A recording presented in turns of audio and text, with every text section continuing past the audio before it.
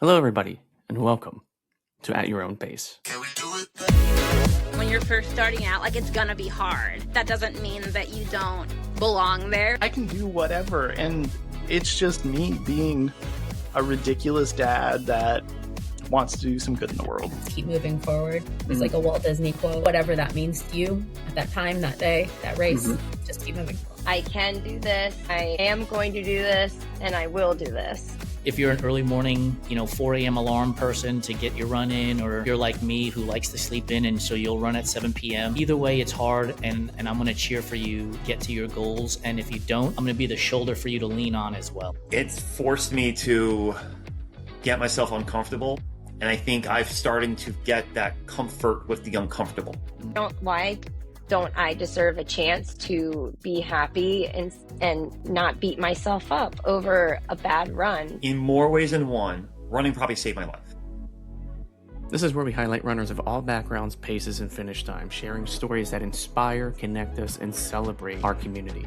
Where we stop focusing on the miles splits and we start focusing on the miles lived, because every runner has a story worth telling.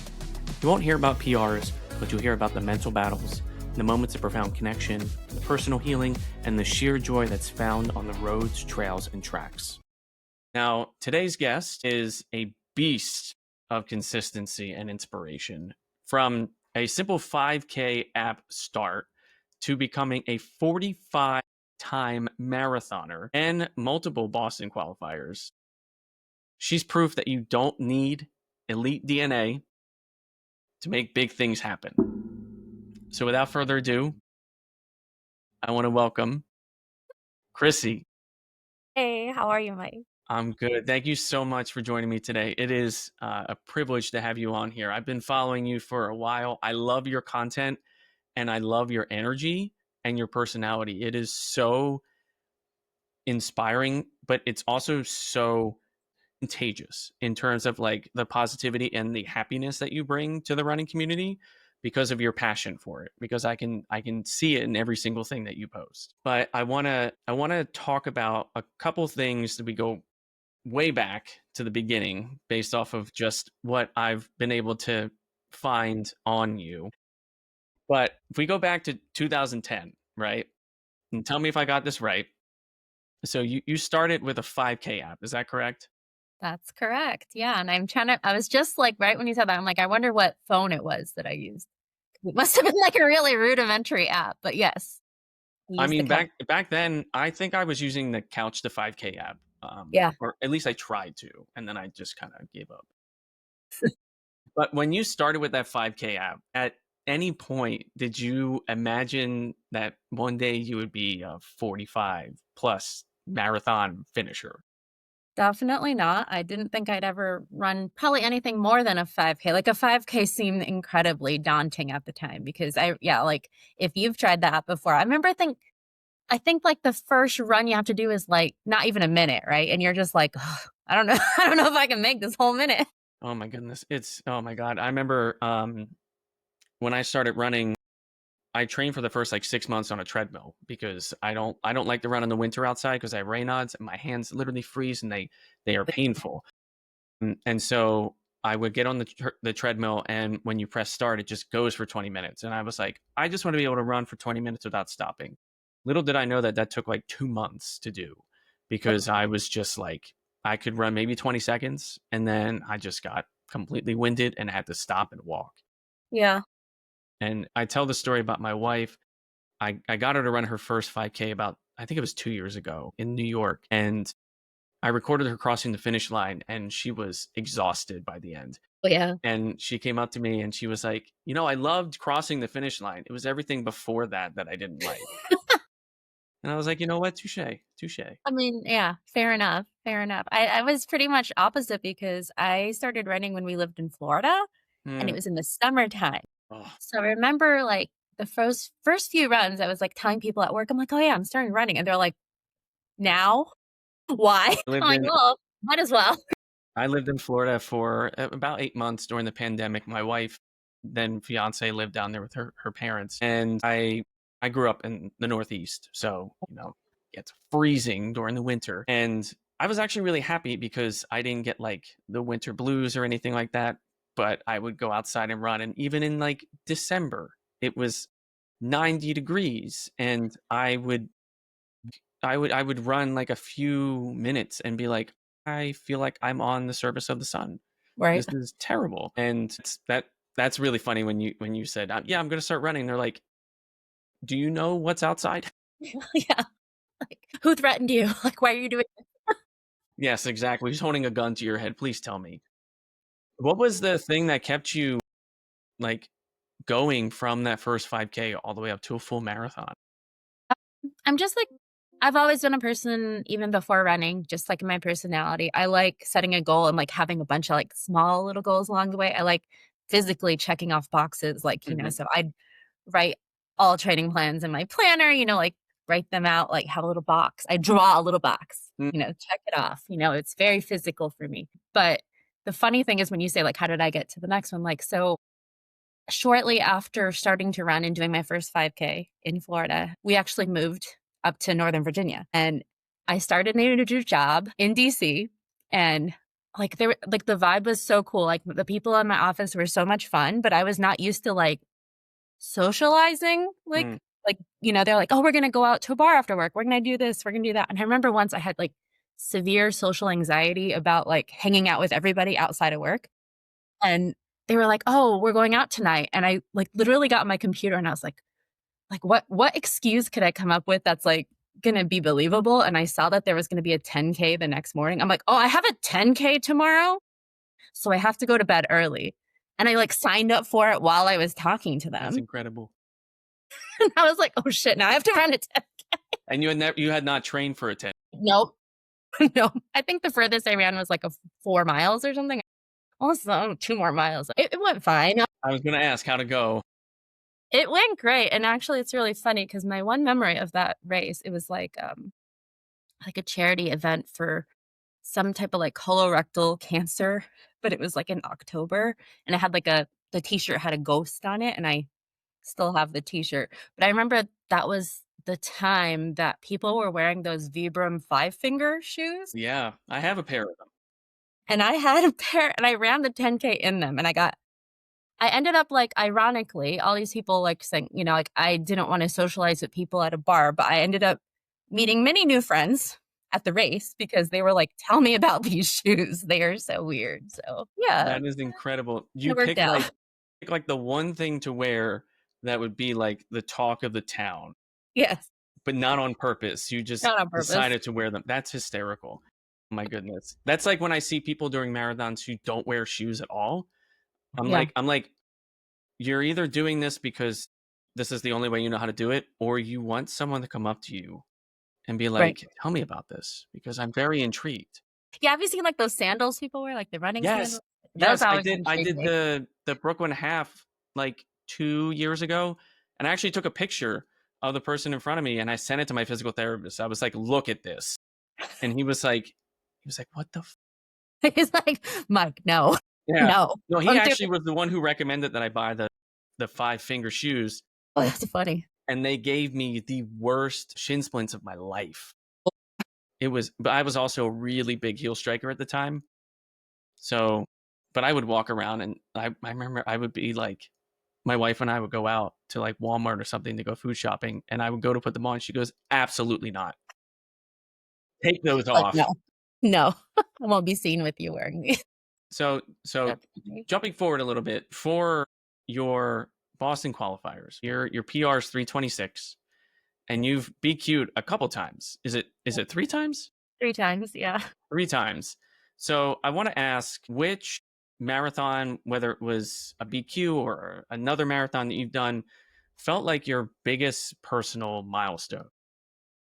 It definitely was that first BQ, I'd say. And it's my little plug. It's my local race here in Washington State. It's called Mud Mountain Dam Marathon.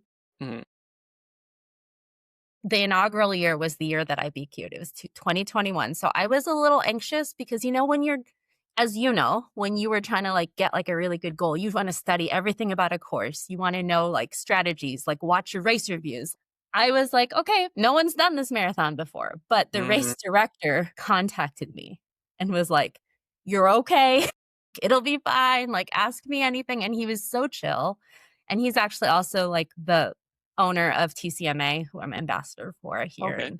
in the area. So he was like, you'll be good. I'll find you a pacer. It'll all be like, we're all like, they're so buttoned up when it comes to like getting courses Wow. certified and stuff. So that part wasn't a concern. But I was just like, I don't know what I'm going to do. Then I was like, maybe it's better to not know everything. Sometimes it's, put your trust in, everything that you can do, like in any marathon, like control everything you can control. I'm like, well, this is a local race for me. I can train on the actual course, so there are certain sections that I would do like my speed work on and things like that. But just is one of those races that like all the elements aligned because I was between jobs. So I had a whole summer to train. So I was able to drop off my kids at preschool, train like in the morning, eat, do regular recovery, like you would do if you were a more leisurely person. Yeah. Pick them up, and I like nailed, like I would say, like I felt like it's the best training cycle as far as like completing all the runs that you want to do and everything. The race was in October and it was 2021. So that's when, everything BQ related was shifted because it was right after the pandemic. So it was an early October race. Weather was perfect. The race day was awesome. Everything went off as planned. So Tony, who was the race director, he was like, I got this guy for you. He's going to pace the 3:35 group because I needed to be under 3:35. I met up the guy. He was like super cool, chill guy. He's like, this is my strategy. I was a little nervous because he said he didn't run by pace. He runs by effort. I'm like, cool. I'll just do what you do. But I ran with him for like 9 miles and we were nailing, all the splits he wanted. But there was just this point. It was like this weird thing that's never really happened to me before in a race where I was like, we're doing good, but I think I could do better. So we were like getting water and he's like, okay. And I was like, I think I'm going to go. Because it was just me, him, and one other gal. And he's like, okay, you're good. I think you're good. You look good. I was like, okay. So I left. Awesome. And so obviously I did run a 3:26. So I did go way under my goal. He is like a metronome and he went across, I think, 3:30, 4:30, something like that. So we would have still got the time, but not the buffer. But of course, 2022 and 2023, there was no buffer. So that's right. Those were the last 2 years that's like happened. I remember So that. I was like, like 8 minutes something under, which obviously I'm still going to bragging rights for that forever. Absolutely. But I was like, come on, the 2 years I didn't even need it. I know. Oh, I didn't even realize I forgot about that because I remember that being a whole big deal. Oh gosh, yeah. Me at that time, I was like, yeah, maybe I should run and try to Boston. No. At that point, I was like, my PR was like a 4:05. I was like, there ain't no way I'm going to get close to what I need. Yeah, it was wild. And it was like, there's times that you have a goal race and you're like, in your mind, you're like, leave it all on the course. But something will come up and you're like, I want to be able to walk tomorrow. It's not that big a deal. It's fine. But that was the one race I've ever really like just given it everything and like literally like dramatically like collapsed after, crossing the finish line, and I was like, I remember someone coming up there like, are you okay? I'm like, yeah, I'm good. And they're like, do you want to get up? I'm like, no, I do not. I'm just going to lay here a while. That's incredible. So, I mean, we talked about the pace that you set forward and in order to BQ and things like that. Did this pace goal kind of oriented training change the way that you run for the joy of running? Because you've done 45 plus marathons. I'm assuming you don't run pace goal oriented for all of them. Yeah.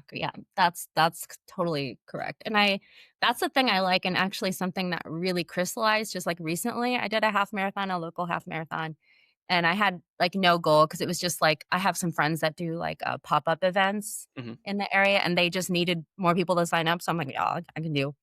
I like to think that my fitness is always that I can jump into a half marathon. I'll be good. It's not necessarily going to be the fastest, but I can always do it because that's like a long run. But I saw like a guy running that I never seen before, and our local running community is like pretty close knit. So I'm like, who's this guy? I gotta go, go see who is this person. And I ran up to him and asked him like, what's your goal today? He's like, well, I'm trying to run like a 150. I'm like, okay, let's just run together. Like that. What's your goal? I'm like, my goal is to just like be out here. Have fun. And, he was like, okay, well, I might get tired and I'll feel embarrassed if we have to slow down. And I'm like, well, don't. Unless you want to run that pace, I can keep you up at that pace if that's what you want. Just keep the communication going. It's cool. He's like, okay. And we had a lot of fun running together. It was like an out and back. And there was this point that he's like, I just don't feel great. Like, maybe you can check on me later. I was like, yeah, of course. Yeah. So I went up and, I stopped at the aid station. I hit the turnaround. I come back and I see him. I'm like, hey, you want to run together again? And he's like, I didn't think you'd find me again. And like, wow, you're like for real. I'm like, yeah, I'm always for real. Like that's just what I do. And he goes, how did you just like turn it up when you left me though? You were going really fast. And I was like, I don't know. Like, and I think that's the thing is it's fun to like switch gears, like literally when you're like, whether it's in one race or just like through your training season, there's always room for a different type of run or race or anything like that. Absolutely. And I mean, I love that you supported that person that you didn't know. I mean, it's a random stranger. This is what the running community is all about. Yeah. Because I mean, I remember during my marathons or half marathons, the amount of people that I just like run past and being like, let's fucking go, and like fist bump so many people and high five people. Yeah. I never see you again, but like if I can give you that little extra ounce of like push to keep going and not quit, that's what I want to do, because I want everybody to cross that finish line.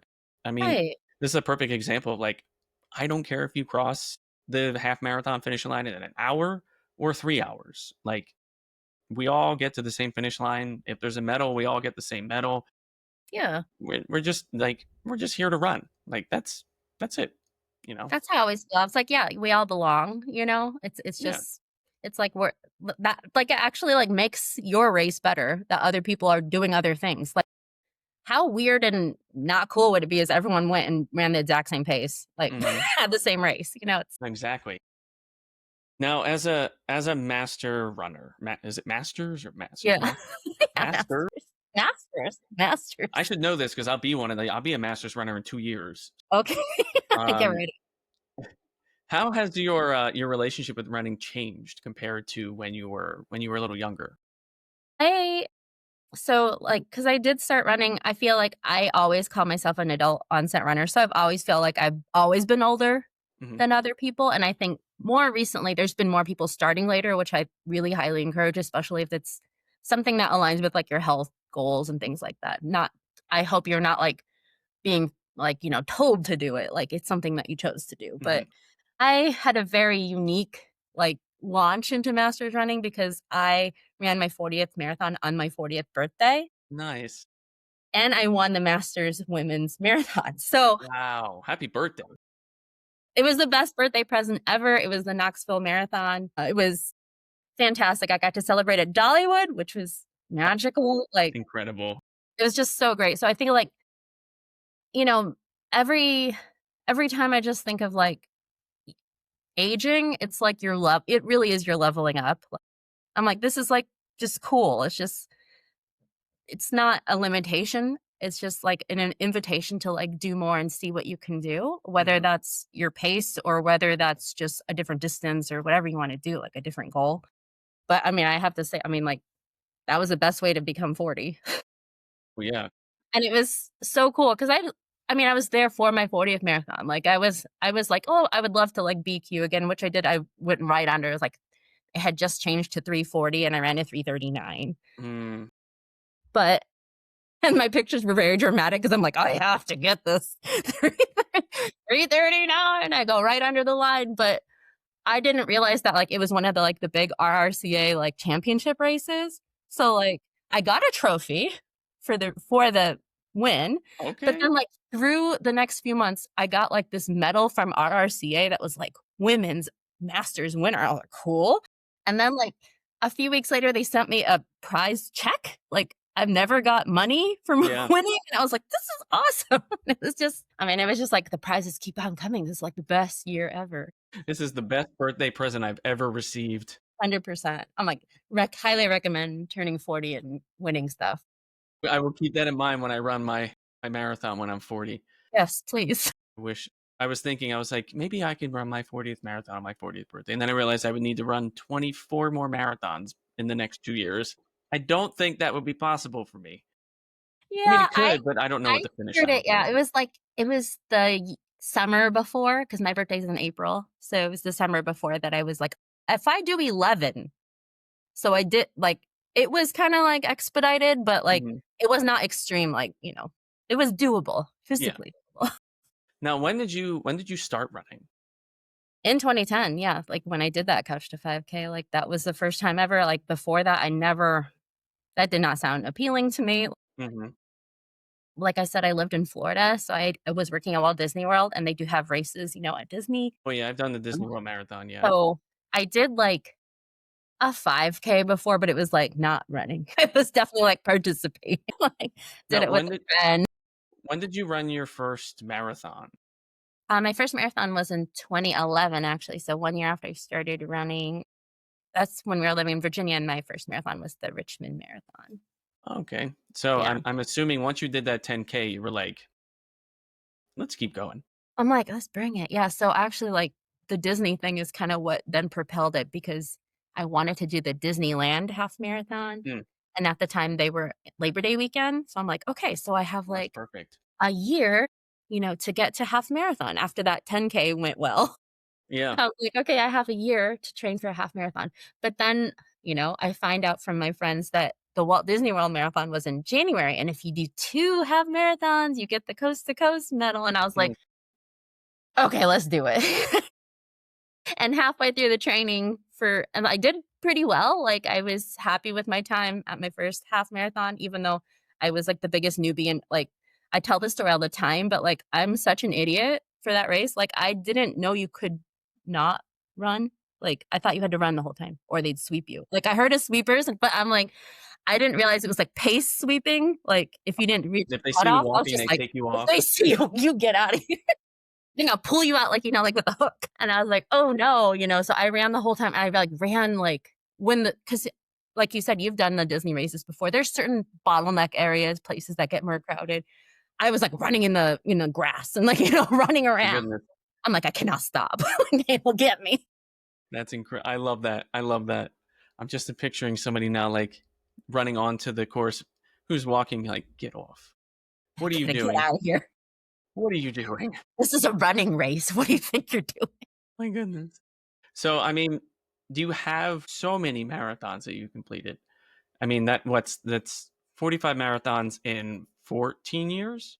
Yeah. So what is that like? I can't do math. Like 3, 4 year? Well, because of that time that I was trying to get up to 40, there was a You bunch. did It was like 11, once right? a month for a while. And then in that period of time, like I have 2 daughters and they were both born, like one was born in 2015, one in 2018. So there was like associated time in there that I wasn't running like at all. So I wasn't running marathons either. I took like a hiatus for a little bit. So yeah, it's not evenly distributed. Still 45 marathons is incredible. I've always joked that I'll retire when I get to 26. Like Meb Well, yeah, did. that's cute though. Yeah. Let's be real. I say that to my wife and she's like, shut up. She's like, yeah, I don't believe you. No, you're not. And Not I'm like, at all. yeah, I know you're right. She's like, running is your whole personality now. Like all you do is wear running shirts. And I'm like, I have to show off somehow. It's like I just got the new Boston Marathon jacket. I sent her a picture of it as soon as I got it. So with all these marathons, how do you navigate the mental and the physical load? Especially when you have those like dips in the motivation. My thing is, and I just did a reel today about it. People ask me about motivation. I don't think, showing up to stuff is about motivation. I think it's just consistency. Like you said, running has become part of your life. It's part of my life. It's just something that I do. I don't think about it. I'm like, I'm going running. I'm going to go running this morning. It's not even something that's really debatable. Mm-hmm. It's more weird when I'm not going running. It's like someone will ask me like, why aren't you running today? Yeah. I'm like, well, I had a meeting in the morning because my job is based out of Europe. So sometimes their meetings are really early in the morning. So, yeah. I mean, I regularly wake up at 4:45. So to me, anything before that, no. Mm-hmm. But like if it's, I'll always run. If my meeting's at 6, I can run before that, Yeah. So it's just like you said, when you have different goals for the different races, then it's easy to kind of just make those shifts. You're like, okay, like this marathon, I'm going and we're going to all wear this silly costume. It's going to be a good time. We need to know that we can make it through by doing the necessary training for endurance and stuff. But like, I don't need to be doing as many like speed workouts. I don't need to be doing, like hurting myself over some kind of crazy pace that I'm trying to hit. But, when it's strategic that I want it to be like a faster race or something, then, then the training changes. Oh, yeah. Yeah, Stuff like absolutely. that. Yeah. Running 7 days a week for a 5K is probably not recommended versus Yeah. running And 7 days a week for a you marathon. change it through the season. Like last summer, I like did a lot of focusing on speed. Like every 4th of July, I try to get my best 5K time. Mhm. There's like this little build up to that, something like that. But I'm very, very blessed here in Pacific Northwest, other than when there's crazy rain, like right now. Like you can run outside all year pretty much. Some people don't like the rain. It's my favorite running weather. So Yeah, I'm jealous of that. And where I live now, we recently moved into our first house a couple years ago. The area is primarily very flat. Where we used to live, I had hills. So when I had to train for my marathons, I was able to go out and get like 4 or 5. I mean, probably saying 4 or 5, 600 feet of elevation to you is probably nothing. But now it's like 65. right. So I can only imagine with your terrain and the location, the ability for you to get so much different realms of training done, which Oh is yeah, great. Which I love it. leads me into my next question, because you call yourself addicted to Strava local legends. So what is it about logging these miles and tracking the runs and getting those local legends that like catch your eye? I love like just having like a carrot, I think. Just like this is something that it entertains me. It's something that, I get hyper fixated on certain things. And so this is one of them. And people know my local legend spot is like the most picturesque local legend. So that Of kind of course. helps Of as course. well, seeing that beautiful mountain. But I get just like so like amused by it because I've lived in this neighborhood for 6 years. And I feel like each year there's more people that are out running. And like, I was just telling my training partner this morning, Nancy, I'm like, there's more people running this morning, right? And she's like, yeah. I'm like, I'm going to run up to them and just like see what they're doing. She's like, oh, you're so weird. Like, why are you doing that? And I'm like, well, like I love running by myself. I would say like 80% of my running is solo, but like I love running with a group too. Like probably once or twice a week. Mhm. So I'm like, I just need to find out what these people are doing, what pace they're running. I need to find out who that other person is that I'm competing with on that local legend. Like, Now, I'm like, when you do the local legend, do you go for the most times or the fastest time? both. Both? Okay, you're Both. very competitive. Do you do so in order to like see who does it, do you look at like the flybys? Oh yeah. I like to analyze these things. Yeah. So like I have definitely run that segment the most times out of anyone in this neighborhood. Like I'm over 700 on this segment. Whoa.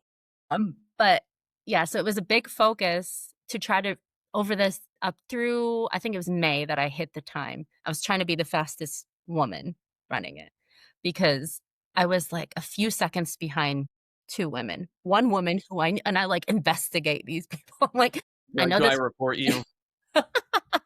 Well, talk about report. Get back to you on that one. But there was a woman that I knew she used to run a lot, but I know she stopped running for like some kind of like physical reasons. And I'm like, okay, because she's still on Strava, but she only walks. I'm like, okay, that's cool. So she's not a threat for me anymore. The other girl I was like, okay, she looks young, and I like brought it up to one of my running friends, and she's like, oh, she's like a collegiate athlete, and I was like, okay, bring it. I'm gonna like this master's runner. I'm gonna get this girl. She doesn't know that we're competing, but I am going to compete with her. And so I went like 7 seconds under her time. So Okay. I hold the speed record. And right now, I think I'm neck and neck with this other fella for the most times, like in the last 90 days, so the local legend one. But he has an icon that's not his photo. So I don't know who he is. It's a bird. And I'm like, is it really a bird? But no, this other guy tried to like, I don't know if he did it on purpose or accident, but his time was like, suspicious. I'm like, I don't think someone can go up this segment that fast. It must have been a bike. and I reported it to Strava and they took it down. Listen, Strava stepped up their game with that because they used to report it and nothing would happen. Yep. And like now they have a whole algorithm where if you post your run and the pace is weird, they'll be like, "We don't think this is right. You should probably change the sport." Mhm. Which I commend. So many people. I mean, I'm on the Strava Reddit group all the time, and people always funny. bitch and complain about like, look at this bike ride. This person rode a mile in like 2 minutes, and you can't do that. Yeah. It has to be a bike. And people are like, calm down. It's okay. But I love actually seeing those like really far fetched, like crazy Strava things, because you'll see people when they do like the challenges for like the 100K for the month or the 300K. People will be like, I ran for like 90,000 hours for the month, and it's like that's more hours than there are in the month. Yeah. What are you doing? Like but I'm glad that Strava stepped up their game. It makes it easier for you too. So I'm happy about that. I'm also slightly competitive when it comes to my segments, but it's mostly for the amount of times, because the amount of people that live in my area that are like track stars, because I also live right behind a high school. Mm. There are people that run like significantly faster than me, and I'll be like number 6, and I'm like, you know what, I'm okay with that, but no one will run this route more than me, or else I will find you, and I will tell you to go a different way, right? Because this is mine. There's one route that is like from my street to a stoplight, and I will always own that until I move. No one else will control that besides me. That is mine. Whew. We just went off on big Strava tangent, man. But you know what? It had to be said. It had to be said. Yeah. Now, so you are a masters runner, 45 marathons, BQ 3 times. You have an incredible story of starting from a 5K app all the way to where you are today.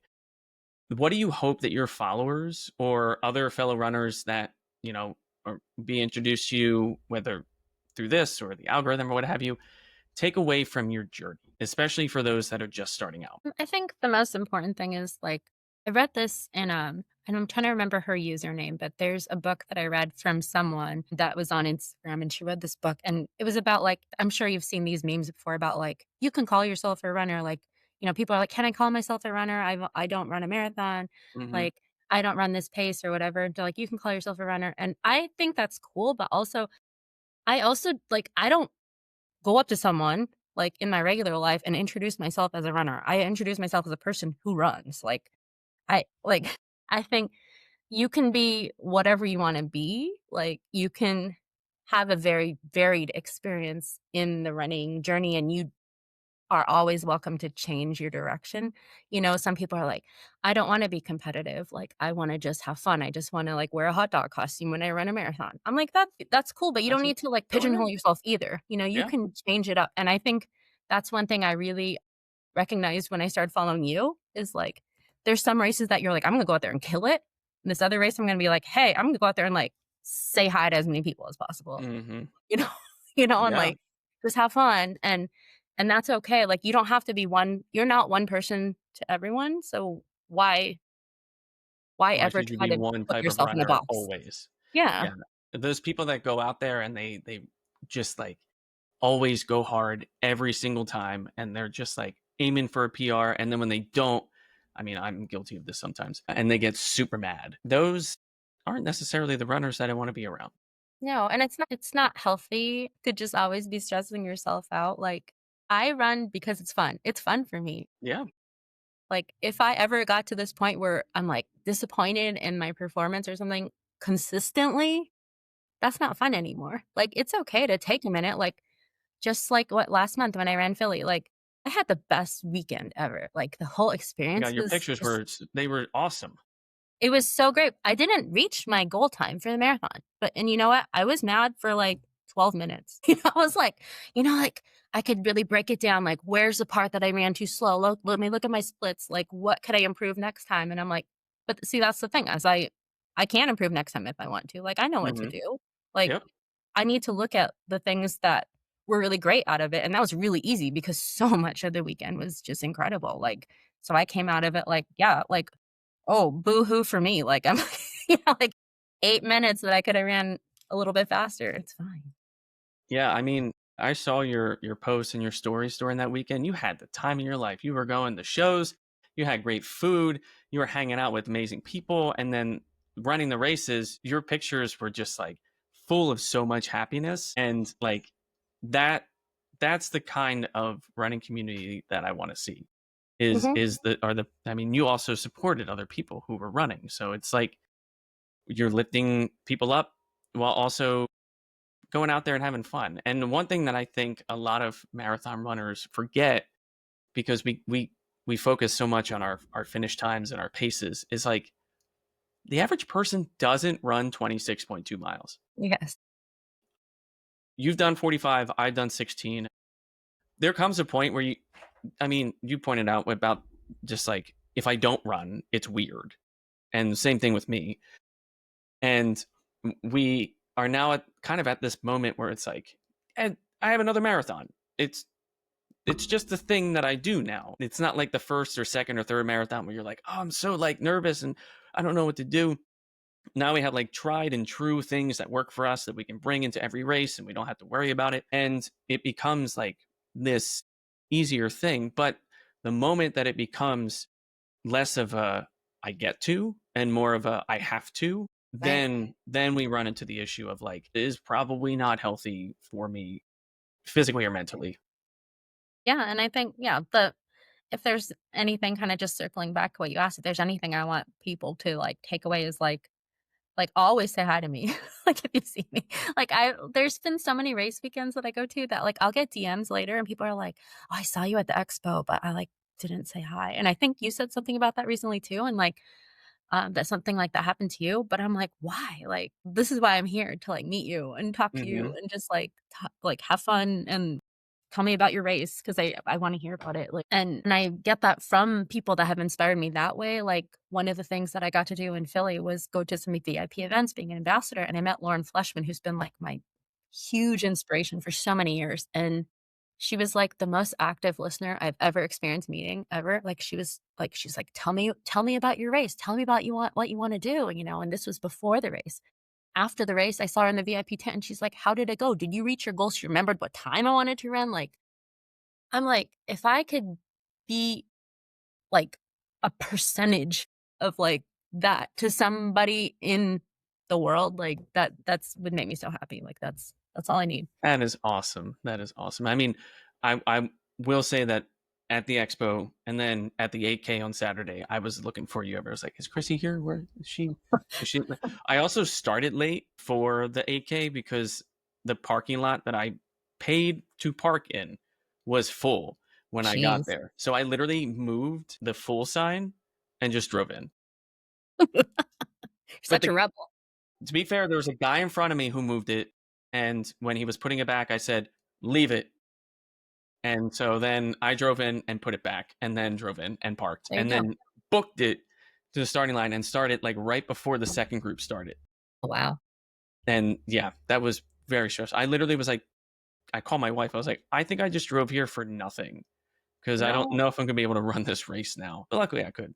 But I Yeah. was looking for you everywhere. I was like, where is Krissy? I was like, I don't know what she's wearing, but I know what she looks like. So let me try to find her. Yeah. Next one for sure. We will Absolutely. coordinate. Now, actually, speaking of next one, you've got 45 marathons down. You are now a race ambassador for, I forget is it Tacoma? Yeah, Tacoma City. There we go. Tacoma City. What is next for you? What other marathons do you have coming up? Are you going to try another distance like ultra or? Formulating the plans for 2026, but I just got onto the team for 2026 Cleveland Marathon Ambassador team.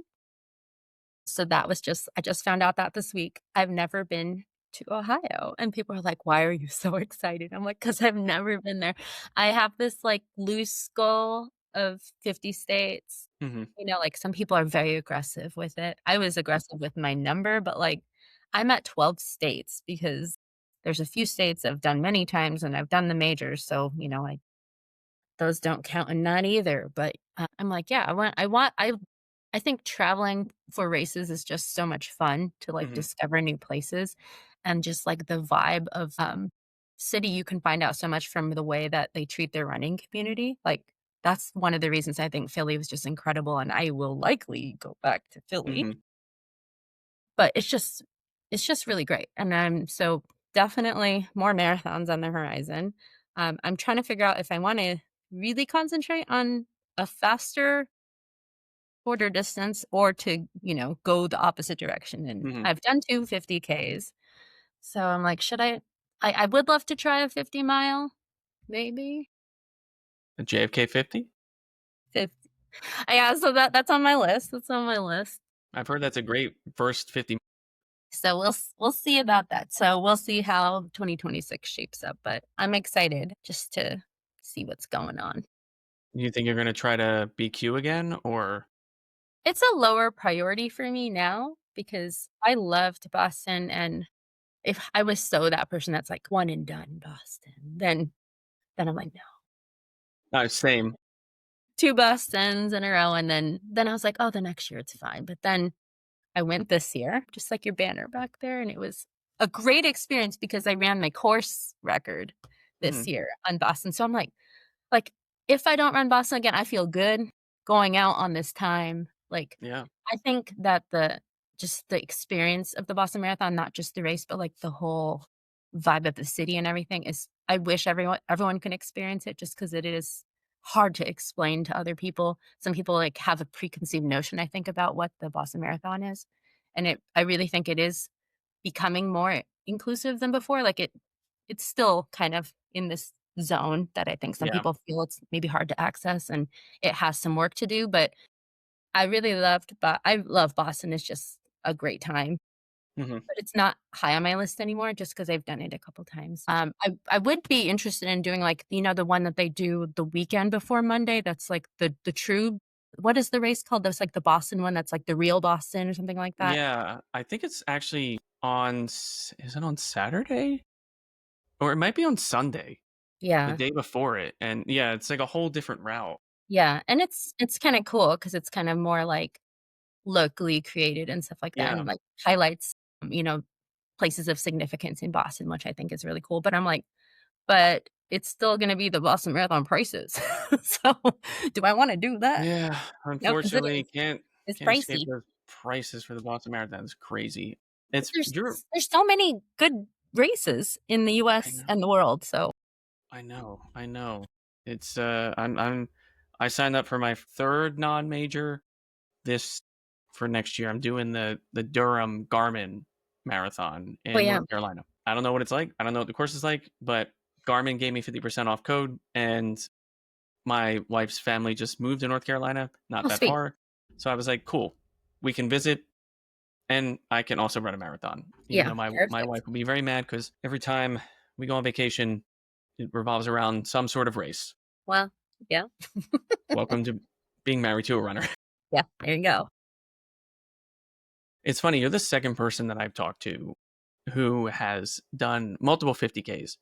And now I feel like obligated in some way to try to do one. But it's, oh my God, that's a whole different beast. I commend you for that. Well, my joke for an ultra marathon too is, most of the time you have done an ultra marathon because you've never really run 26.2 in a marathon. You're always a little above, so so it's just a little bit more. And then I'm sure you remember after you finish the New York City Marathon, there's like the whole extra mile to get out. So you're already at like almost 28 miles. So I mean, like, what's like 4 more? Just a couple more. Exactly. So those were the main questions that I had for you. These next questions are ones that I ask everybody that I interview. This first group is called the hot seat. So, quick questions, top of your head. Give me your answer. Trail or road? Road. What's your favorite running shoe brand right now? Your favorite right now is going to be Asics. Okay. Sweet or savory post-run meal? Savory. Yeah. Anything come to mind? I think, what did I like? The Philly pretzel? Wait, from Like from the Philly Pretzel Factory, from Wawa. You're after my heart. I used to work at Wawa. That's my second Oh job. my God, I love it. That's great. Oh my God. I had a pretzel this morning actually from there. There's one down the street from me, so That's great. And then what's the one piece of running gear that you can't live without? Jeez. You God, I can't say can't. shoes. It has to be a hat. It's really weird because when I wear like a costume running that doesn't involve a hat, I feel like naked. Like I mean, I'm I always always wear about a a hat trucker now. hat. I always wear a hat. And I got LASIK last year, so now last year. So I wear sunglasses now because I can. So I take advantage of that. I have like 20 pairs of Gooder sunglasses. There you go.